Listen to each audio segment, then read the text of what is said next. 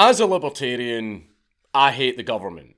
But being a Scottish libertarian named Meechan, that hatred of the government tends to come with a little bit of extra baggage, which I'm sure confuses a lot of the Yanks out there on Twitter. Many Americans don't quite understand why we like trolling their Twitch stream song requests with certain songs that are rather illegal to sing over here.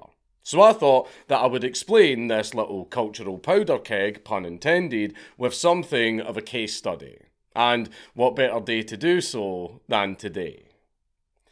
Remember the 5th of November, the gunpowder treason and plot.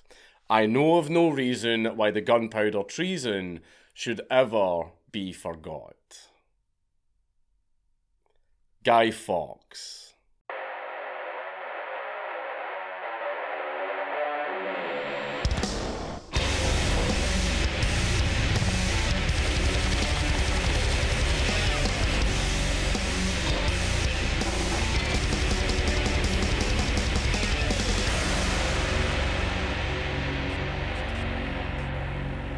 Please leave a like and a comment on this video because it really helps me in the algorithm.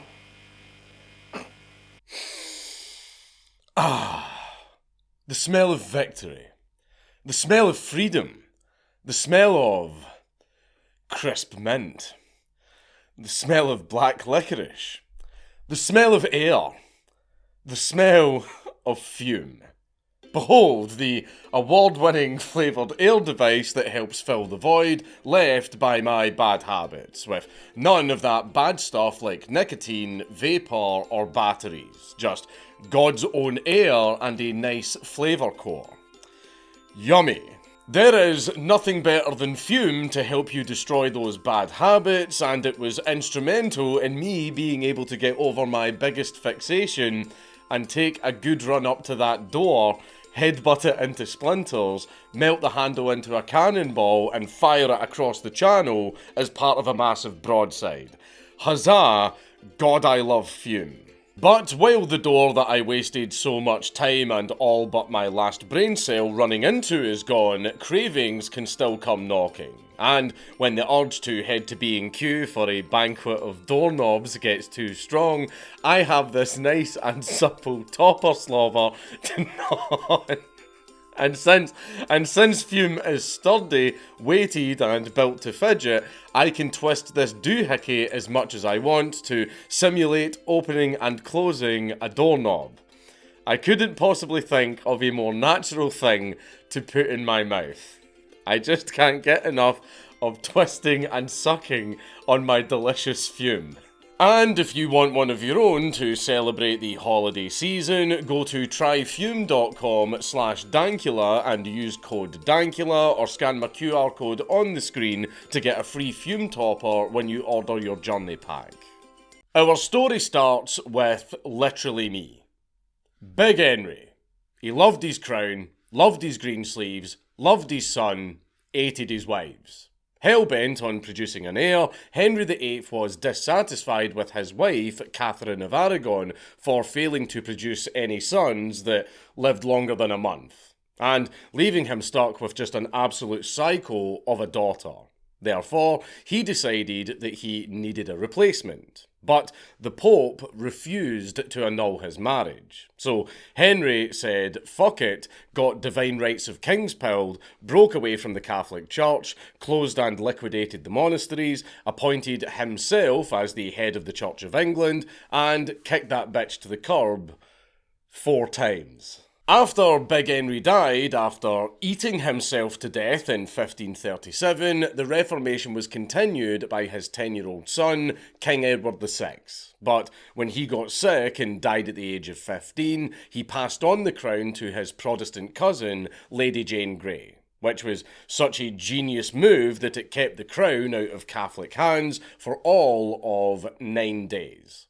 Catherine of Aragon then got the last laugh because her psycho daughter, Mary I, not to be confused with the Queen of Scots, did her best to aggressively walk back everything that her father and half-brother had done, and in doing so, earned herself the nickname Bloody Mary by burning almost 300 Protestants at the stake. Once Mary had died, Elizabeth I restored the Reformation in England and drove Catholicism back to the fringes, which was met with a degree of resistance, most notably a plot to kill her and replace her with her cousin, Mary Queen of Scots, and being excommunicated by the Pope in 1570. In Elizabethan England, Catholic Mass and other rites were made illegal, and 100 priests who resisted were executed. Now, that may sound bad, but Bloody Mary killed almost 300 Protestants, and wasn't particularly discerning in who she purged. Additionally, the Spanish Armada got absolutely fucking mogged, and a few more coup attempts against Elizabeth were made. So, Catholicism was viewed very much in Schmittian terms, but many Catholics in the gentry could still keep their heads down and worship privately at home. So that's how things stand as our story begins. Despite the clampdowns and murders, there was, relatively speaking, no particular tyranny or abuse of power. Just a religious spat during a time where those things happened all the time. So bear in mind that whenever I say something that might sound like based anti-government action, I will tap the sign to remind you that this is nothing more than some cringe religious chicanery. Our man of the hour, Guy Fawkes, was born Protestant, and as standard for mad lads, he was fatherless. Every fucking time. Edward Fawkes died when his son was only 8 years old, and Fawkes' mother eventually remarried to a man named Dionysius Bainbridge, who was a Catholic. Bainbridge had such a major influence on the little Guy as he grew up that Guy ended up converting as he entered adulthood. According to contemporary sources, Fawkes grew into a very handsome man. Tall with thick hair and an impressive moustache. But instead of using his good looks to fox some bitches, he decided to do the unthinkable. He decided to LARP as a Spaniard. In 1593, the 21-year-old Fawkes went off to the Netherlands to spend a decade fighting for Catholic Spain against the Protestant Dutch in their sectarian war, becoming proficient in tunnelling as well as handling explosives. In the business, etc., etc. But anyway, he got so into it that he started calling himself Guido. But that's gay and cringe, so I'm just going to dead name him. But, LARPing aside, Fawkes proved himself popular and courageous, earning a reputation as, and I quote, a man of great piety, of exemplary temperance, of mild and cheerful demeanour, an enemy of broils and disputes, a faithful friend, and remarkable for his punctual attendance upon religious observance. But while Fawkes was away having a grand old time, things were stirring at home. Good Queen Bess died without any heirs in 1603, and was succeeded by her Scottish cousin, James I, or, as I like to call him, James VI. Long story. But anyway, there were high hopes for him in the Catholic community on account of his mother being Mary, Queen of Scots, and things looked good at first. Despite being a Protestant, James had a Catholic wife and was initially sympathetic to Catholics. He also supported things like relaxing recusancy laws, which fined people, usually Catholics, for missing Anglican Church, and making peace with Spain, all despite having a largely anti-Catholic parliament. Sounds great, right? Well, the Catholics fucked it. Twice. Forgetting the rule about gift horses, the Catholics were very, very disappointed that Spain got no concessions whatsoever when making peace with England, having hoped that they would have at least pushed for James to have greater tolerance for English Catholics. So, in 1603, the main plot was attempted. The idea being to depose King James and put his Catholic cousin, Arabella, on the throne. And then they tried the by-plot. a bid to kidnap King James and force him to repeal all of the anti-Catholic legislation. Needless to say, these were both wildly harebrained and poorly conceived schemes that completely fucking failed. However, that doesn't mean that they achieved nothing. They absolutely poisoned the well against themselves. In response to these two plots, King James denounced Catholicism and kicked all of the priests out of England in 1604. In response, Jimmies were very, very rustled as far afield as the continent, where Guy Fawkes, who really fucking hated Scottish people, in addition to believing that James was a heretic, tried to petition the King of Spain to incite a boogaloo in England. Or just straight up invade. However, the peace treaty was signed that very same year. So Guy Fawkes just said to himself, fine, I'll do it myself. Back home, a bunch of Catholic nobles, led by Robert Catesby, hatched up a plan. A cunning plan. A scheme. A plot, if you will. And they needed a military demo man who wasn't overly recognisable. And there was only one man for the job. So one of the conspirators, Thomas Winter, headed over to the continent and recruited Guy Fawkes, who returned to England, and he joined Thomas Percy and John Wright at a pub named the Dog and Duck on the 20th of May. They all swore an oath of secrecy and got to scheming. Over time, other gentlemen were brought on board for various, mostly financial, roles, including Winter's brother Robert, Wright's brother Christopher, Catesby's cousin Francis Tresham, Catesby's servant Thomas Bates, who was brought into the fold after accidentally hearing about the plot, Ambrose Rockwood, Sir Everard Digby, Robert Keyes, who I sadly couldn't find a picture of, and John Grant. So, even though I can only find an image of 8 of the ne'er-do-wells together, the roster had a total of 13 men. What could possibly go wrong? With all of the players in place, the scheming led to the formation of what became known as the Gunpowder Plot. The plan was twofold. The conspirators in London were to kill the king and his sons and blow up the House of Lords and the House of Commons during the state opening of Parliament. And a contingent would stay in the Midlands, ready to use the chaos erupting from London to incite a Catholic uprising. They would then kidnap the king's daughter, Princess Elizabeth, from Combe Abbey in Warwickshire, and then marry her off to a fellow Catholic schemer. In May of 1604, Percy got the ball rolling by renting a residence right next to the House of Lords, and he posted Fawkes there as his servant, under the alias John Johnson. Wow, what an absolutely real name, with Guy Fawkes' real job being leading the others in tunnelling underneath the chamber. The work started on the 11th of December 1604, and the conspirators got halfway through the wall before the task proved far too difficult, and everyone just said fuck it and gave up in March.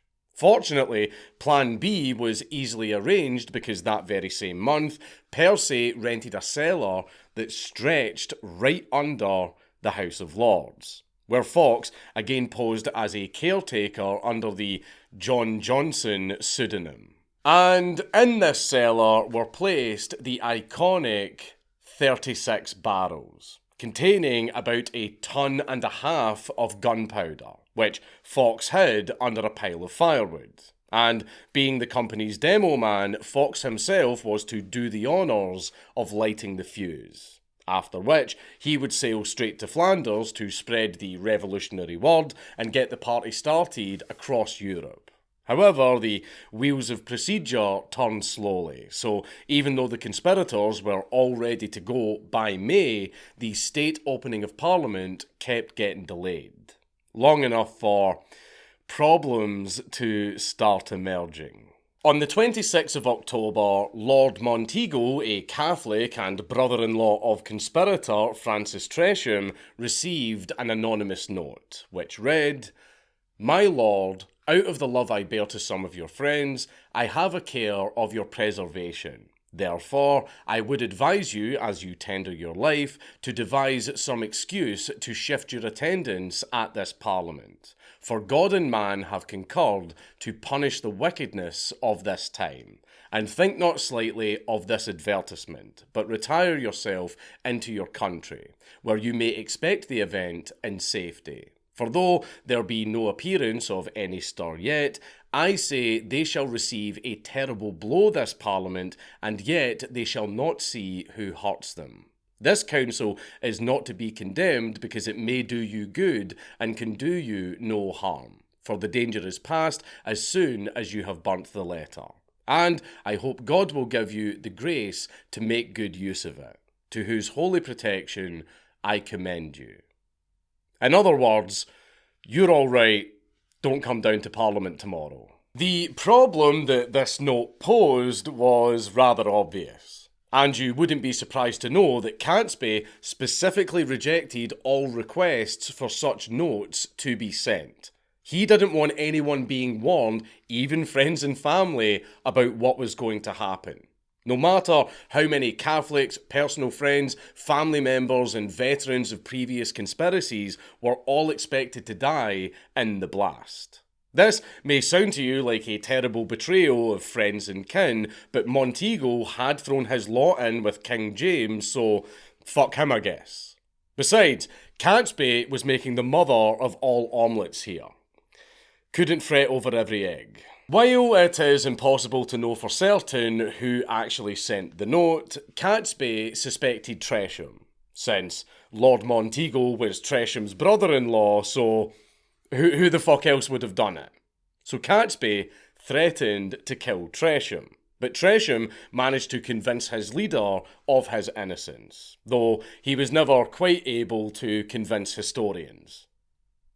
I mean, he'd done it. It was obviously fucking him. But meanwhile, Montego sent the note straight to the Chief Minister, Robert Cecil. And then the following day, a servant of Montego gave Winter a heads up that the cellar was going to be searched. Winter then begged Catesby to call off the entire plot before everything was discovered. But things stayed on schedule. Even though the Lord Chamberlain, Thomas Howard, 1st Earl of Suffolk, and Montego were ordered by King James to search the cellar and other areas around the Houses of Parliament. Fawkes reported back that nothing had been touched. They simply saw the big pile of firewood, asked Fawkes who it belonged to, and then left. What a massive and stupid oversight. Considering the seriousness of the tip-off, you would think that the authorities would have looked a bit harder. I mean, this is the king's life that we're talking about. How hard is it to just pick up a few logs? I mean, it's not as if Fawkes stored them on a sloped roof or something like that, but anyway, this may have been by design. Some people believe that the government was actually fully aware of the plot and actually let it progress to the 11th hour as a pretext for a crackdown on Catholics, with some even believing that Cecil himself had actually masterminded the entire plot as a psyop against them. But regardless of whether this is true or not, he certainly blamed the Jesuits, which isn't particularly hard to believe. In conspiratard circles, Jesuits are basically the Catholic equivalent of Freemasons. But anyway, outside of the world of speculation, the conspirators had survived a close call. But the wait was about to end. The government had finally pulled its finger out, and the date of the state opening of Parliament was finally set in stone. The 5th of November. Everything was in place, the guys up north were ready to do their part, and Fawkes was ready to kick the coup off with a bang. It was showtime.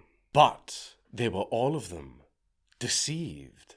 For another search was ordered, and since the cellar was rented in Percy's name, Fawkes told Howard and Montego that the firewood was his, which raised a few eyebrows. Because you see, Percy had a little bit of a reputation as a troublemaker. So, at the mere mention of his name in connection to the firewood that was conveniently stored right under the Houses of Parliament, it was decided that people were going to have to do their fucking jobs. So, at around midnight, Justice of the Peace Sir Thomas Knivet carried out a second search. And he caught Guy Fawkes red-handed in the cellar, lantern in hand, while carrying fusees and a box of matches, while also standing right next to 36 barrels of gunpowder. As it was reported in the Journal of Proceedings, this last night the Upper House of Parliament was searched by Sir Thomas Knivet, and one Johnson, servant to Mr. Thomas Percy, was there apprehended, who had placed 36 barrels of gunpowder in the vault under the house, with a purpose to blow King and the whole company, very poor choice of words, when they should there assemble. Afterwards, diverse other gentlemen were discovered to be of the plot. Guy Fawkes was immediately grabbed and brought before the King the following morning. King James took a rather personal interest in Fawkes' subsequent interrogation because who wouldn't want to know why some nutter just tried to kill him? But Guy Fawkes refused to talk, except to say, "I wish to blow the Scottish King and all of his Scottish lords back to Scotland." Right to the King's face. Hilariously, James was genuinely impressed by that, but despite admiring Guy Fawkes' defiance and obstinate silence, the question of, "Hey, what's going on, big guy?" still needed answering. So the King authorised putting the screws on him. Literally. Because this was back in a time where they actually literally did that and it wasn't just a turn of phrase.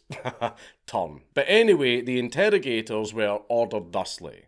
If he will not otherwise confess, the gentler tortures are first to be used upon him, and then, step by step, you may employ the harsher, and so speed your good work. And so the names of Guy Fawkes' accomplices were tortured out of him. But while the official record says that just the mere sight of the rack was enough to make Guy Fawkes talk, they clearly had to use the thing. Look at his handwriting on the confession that he signed with his stupid LARP name on the 9th of November, 2 days after he spilled the beans. Those hands were absolutely fucked up. However, Guy Fawkes' 2 days of silence bought his co-conspirators time to get the fuck out of London, raid Warwick Castle for supplies, grab some guns, regroup in Warwickshire, and do what they could with Phase 2. Those that made it to the rendezvous expected to be met by an eager band of rebels, but in the end, almost no one showed up. There wasn't going to be much of a revolt. But on the bright side, there was a gunpowder explosion. On the 7th of November, the conspirators were holed up in Holbesh House in Staffordshire. And it just happened that some of their gunpowder had gotten wet during a river crossing on the way there. So they left it out to dry in front of an open fire. When this absolute fucking stupidity literally blew up in their faces, Catesby, Rookwood and Grant were injured, and the few rebels that did show up lost faith and left. The following morning, those that remained made a valiant last stand, facing 200 of the Sheriff of Staffordshire's men. Both the Wrights were killed in the shootout, and reportedly Catesby and Percy were both taken out by the same single musket ball. Rookwood, Grant and Thomas Winter were arrested. Everyone that tried to escape instead of meeting up in Warwickshire were all rounded up over the following days. The 9 surviving conspirators, including Guy Fawkes, were all thrown in the Tower of London, where Francis Tresham fell ill and died. Under the circumstances, lucky bastard. The remaining 8 were tried for high treason on the 27th of January, and surprise, surprise, they were all sentenced to be hanged, drawn and quartered, which was carried out on the 30th and 31st. Guy Fawkes' execution was carried out last on the 31st of January 1606, but like everything else he ever touched, it didn't quite go to plan. Fawkes was so weak from the torture that he fell off of the ladder on the way up the scaffold and broke his neck. However, it is noted that earlier Robert Keyes had jumped off of the scaffold to botch his execution and check himself out before things got a bit too painful. But he survived the landing. But it is noted that he didn't survive the drawing and quartering. But I bring this up not just because it is a little bit funny, but also because it's more than likely that Guy Fawkes may have pulled the exact same stunt but managed to not fuck it up. What a pussy. As a contemporary account recalled the big moment, last of all came the great devil of all, Guy Fawkes, alias Johnson, who should have put fire to the powder. His body being weak with torture and sickness, he was scarce able to go up to the ladder. Yet with much ado, by the help of the hangman, went high enough to break his neck by the fall. So it is rather hard to tell if he actually jumped off on purpose or if he was just so fucked up from the torture that he accidentally fell off, but fuck it. He's dead and his body was quartered and put on display anyway. A few others who were involved in the gunpowder plot in minor and tangential ways were executed in the subsequent months. Notably, Stephen Littleton, the owner of Holbesh House, who harboured the conspirators, and Father Henry Garnet, who knew about the plot and refused to break the seal of confession to tell the authorities, though he did try to talk Catesby out of going through with it. These executions were by no means the end of the fallout from the plot. However, massive outrage over the most barbarous, monstrous, detestable and damnable treasons and a crackdown on Catholics came in its wake. Fines were issued for those who refused to attend Anglican services, and further rights such as suffrage were stripped from Catholics, and those rights weren't restored until the 19th century. While there were plenty of innocent Catholics that shouldn't have had the hammer brought down on them like that, no one can deny that Guy Fawkes got what he deserved. Imagine if someone tried to do that today. The Palace of Westminster is a beautiful work of Gothic Revival architecture. It's not its fault that it's full of wankers. You can't just blow it up. The building deserves protecting. So what Fawkes should have done instead was he also should have not tried to kill the fucking king. But fortunately, no one can try that stunt again because ever since the plot was uncovered, the yeomen of the guard have since then ceremonially searched the buildings and cellars before the state opening of Parliament. And also, the cellar itself doesn't even exist anymore. It was destroyed in the fire that ravaged the Houses of Parliament in 1834. Now, you may have a lingering question after all of this. If the gunpowder plot was actually the brainchild of Robert Catesby and he was the leader, why does the country have such a raging hatred for the goon that was doing all of the grunt work instead of him?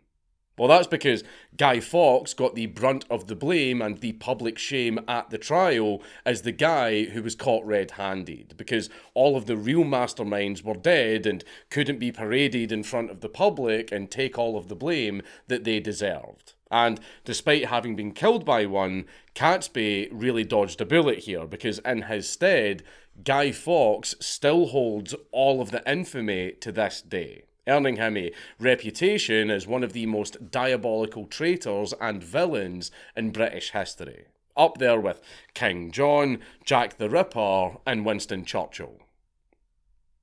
Yes, I don't like Churchill, but not for those little silly leftist reasons. Speaking of Guy Fawkes' legacy, the traitor has had a significant impact on popular culture. most notably in the form of the titular character's mask in Alan Moore's V for Vendetta. No, I'm not putting it on because I'm not a Fed.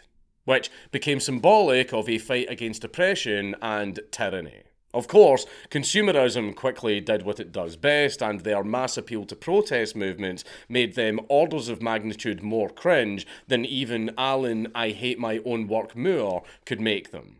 Meanwhile, over on the right, the resident Catholic at the Lotus Eaters has Fawkes and gunpowder barrels in the background of his dissident talk show.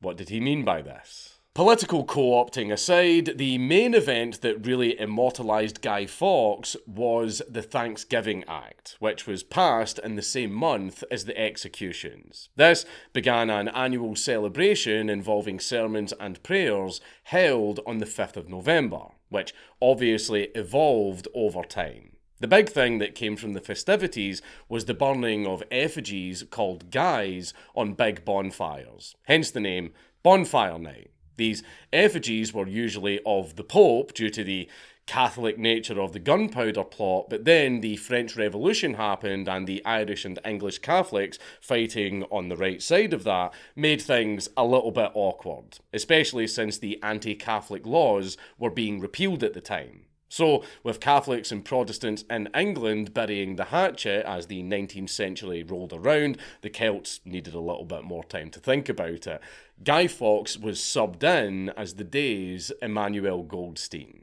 Leading up to Bonfire Night, which is now also known as Guy Fawkes Night, the effigies were put together and kids would parade them through the streets to raise some funds for the night's festivities.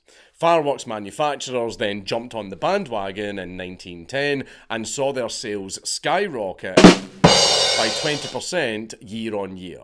Over the years, the occasion has sadly been overshadowed to a degree by all of that American nonsense that closes out October. But Guy Fawkes Night is still a very big deal in the UK. In 2017 alone, £155 million was spent on fireworks. As a big lover of tradition, I do find it pretty remarkable that Bonfire Night is still celebrated over 400 years later. And as a world-class hater, I really respect the fact that everyone collectively refuses to let the gunpowder plot go. And if not for anything else, watching big fires and rockets shooting into the sky is a lot of fun.